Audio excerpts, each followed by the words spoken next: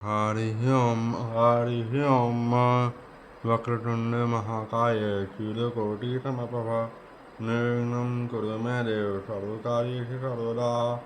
प्रिय दर्शकों नमस्कार, मैं पंडित पीयूषकांत शर्मा ज्योतिषाचार्य आज के वीडियो में आपका हार्दिक स्वागत करता हूँ। आज के वीडियो में हम चर्चा करेंगे कि प्रेम विवाह होगा या नहीं, यदि प्रेम विवाह होगा तो सफल होगा या नहीं, इसके बारे में विस्तार से चर्चा करेंगे। वीडियो अच्छा लगे तो लाइक शेयर और सब्सक्राइब जरूर करें और कमेंट बॉक्स में कमेंट करके ज़रूर बताएं कि वीडियो कैसा लगा। चलिए शुरू करते हैं आज की वीडियो को। आज का हमारा टॉपिक है प्रेम विवाह का योग है तो वह सफल होगा या नहीं, इसके बारे में चर्चा करेंगे। जैसा कि पुराने वीडियो में पिछले वीडियो में मैंने आपको बताया था कि पंचम भाव जो है लव अफेयर का है, इससे प्रेम विवाह के बारे में भी विचार किया जाता है। पंचम भाव इस लग्न कुंडली, ये मीन लग्न की कुंडली है जो कि 12 नंबर से शुरू हो रही है। 12 1 2 3 12 1 2 3 4 5 6 7 8 9 10 11 इस प्रकार की कुंडली जो है मीन लग्न की कुंडली कहलाती है। इसमें पंचम भाव कौन सा है? 1 2 3 4 5, ये पंचम भाव है। यहाँ से इस भाव से जो है संतान का विचार किया जाता है, प्रेम विवाह का विचार किया जाता है, बुद्धि का विचार किया जाता है। तो यहाँ हम बात कर रहे हैं प्रेम विवाह के बारे में, लव अफेयर के बारे में, कि प्रेम विवाह सफल होगा या नहीं, उसका विचार भी पंचम भाव से किया जाता है। तो आइए शुरू करते हैं। तो पंचम भाव में क्या क्या देखना होता है प्रेम विवाह के लिए, उसी के बारे में आज हम विस्तार से चर्चा करेंगे। पहली बात तो पंचम भाव में जो राशि होती है वह पंचमेश कहलाता है। जैसे इस उदाहरण कुंडली में पंचम भाव में कौन सी राशि है? 1 2 3 4 5। पंचम भाव में 4 नंबर की गिनती लिखी हुई है। चौथी राशि होती है कर्क। कर्क राशि का स्वामी होता है चंद्रमा। इस प्रकार से पंचमेश चंद्रमा हुआ। पंचमेश ये चंद्रमा पंचमेश हुआ।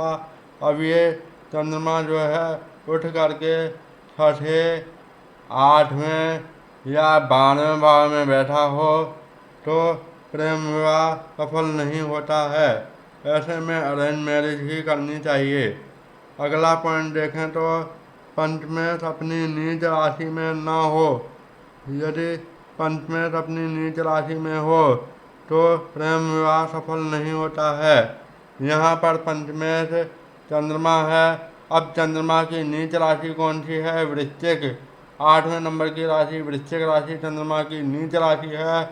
मान लीजिए ये चंद्रमा जो है यहाँ पर 9वें भाव में बैठा हो, यहाँ पर मीन लग्न की कुंडली में 8 नंबर की गिनती लिखी हुई होती है, वहाँ चंद्रमा बैठा हो तो यह चंद्रमा नीच का हुआ, यानी पंचमेश नीच का हुआ। तो ऐसे में प्रेम विवाह सफल नहीं होता है, नहीं करना चाहिए। अगला पॉइंट है पंचमेश की डिग्री यदि कम या अधिक हो तो भी प्रेम विवाह सफल नहीं होता है। जैसे यहाँ पर पंचमेश चंद्रमा है।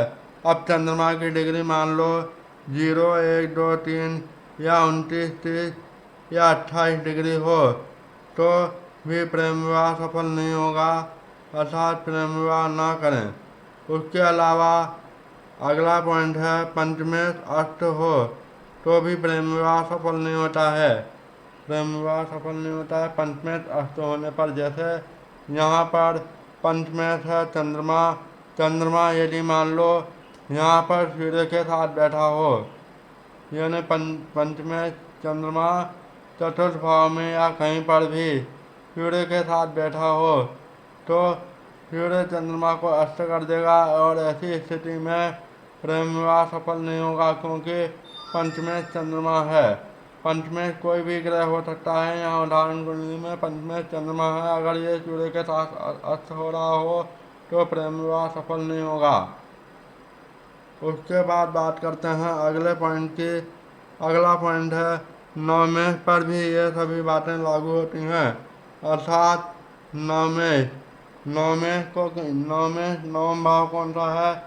1 2 3 4 5 6 7 8 9, ये 9 भाव है। 9 में क्या है यहाँ पर? मंगल। अब 9 में को क्यों चुना गया है ये भी ध्यान रखें। 9 में भाग्य का भाव है। 9 भाव जो है भाग्य का भाव है, और भाग्य में प्रेम विवाह है या नहीं इसका पता भी 9 भाव से लगाया जा सकता है। दूसरी बात यह है कि जैसे यहाँ से 5वां गिनने पर, प्रथम भाव से 5वां गिनने पर 1 2 3 4 5, तो 5वां भाव पंचम भाव लव अफेयर का है, प्रेम विवाह का है। यहाँ से 5वां कौन सा कहलाया? 1 2 3 4 5, 5वें से 5वां 9वां भाव कहलाया है। तो 9वें भाव के गहराई से स्टडी करेंगे तो प्रेम विवाह के बारे में और स्पष्ट जानकारी मिलेगी। यानी प्रेम विवाह की गहराई से स्टडी करनी हो या अध्ययन करना हो तो 5वें से 5वां यानी 1 2 3 4 5, 5वें से 5वां यानी 9 भाव की गहराई से स्टडी करनी होगी, गहन अध्ययन करना होगा। तो उससे यह जांच होगा कि प्रेम विवाह सफल होगा या नहीं। अर्थात पंचम भाव के साथ साथ 9 भाव की स्थिति में भी ये सभी चीज़ें जो पहले बताई गई थी वो सभी चीज़ें लागू होनी चाहिए। यदि वह लागू नहीं हो रही हों तो भी जो है प्रेम विवाह सफल नहीं होता है। अगली बात करें तो अगली बात यह है पंचमेश यदि अशुभ हो। पंचमेश की स्थिति यदि अशुभ हो, अशुभ से तात्पर्य यानी पंचमेश यहाँ पर क्या है? चंद्रमा। अब चंद्रमा यानी अशुभ, अशुभ से तात्पर्य चंद्रमा यदि मारक हो और शत्रु राशि में हो या शत्रु राशि से युति या दृष्टि हो तो भी जो है प्रेम विवाह सफल नहीं होता है। अर्थात पंचमेश की अशुभ स्थिति होने पर भी प्रेम विवाह सफल नहीं होता है। मारक हो पंचमेश, शत्रु ग्रह की राशि में हो या शत्रु ग्रह से युद्ध हो यानी साथ बैठा हो या दृष्टि संबंध बना रहा हो तो भी वह सफल नहीं होता है। जैसे यहाँ पर पंचमेश क्या है?